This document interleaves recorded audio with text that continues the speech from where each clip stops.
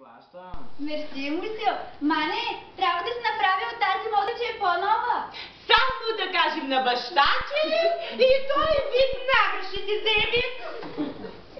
Да, трябва. У нас мазелите се имат по 15-20 остане. На месец по една рокля трябва да взема от шивача една дама. А че нашата Анка към 15 се трябва да ги има. Мисля, повече. Стойте, ваша милост, да си приказвайте, пък аз ще ида да си нагледам къщната работа. Адьо, Божу!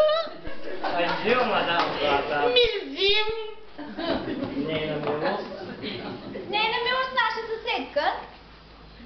Мадмазел Мари. Драго ми е да се запозная. Подобно.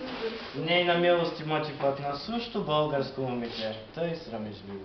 Имате право, господине. Ние българските момичета не сме свикнали тъй лесно да запознаваме с чужденци. Ма, ви... Нейна милост, майка и майче от старите. Ма моля?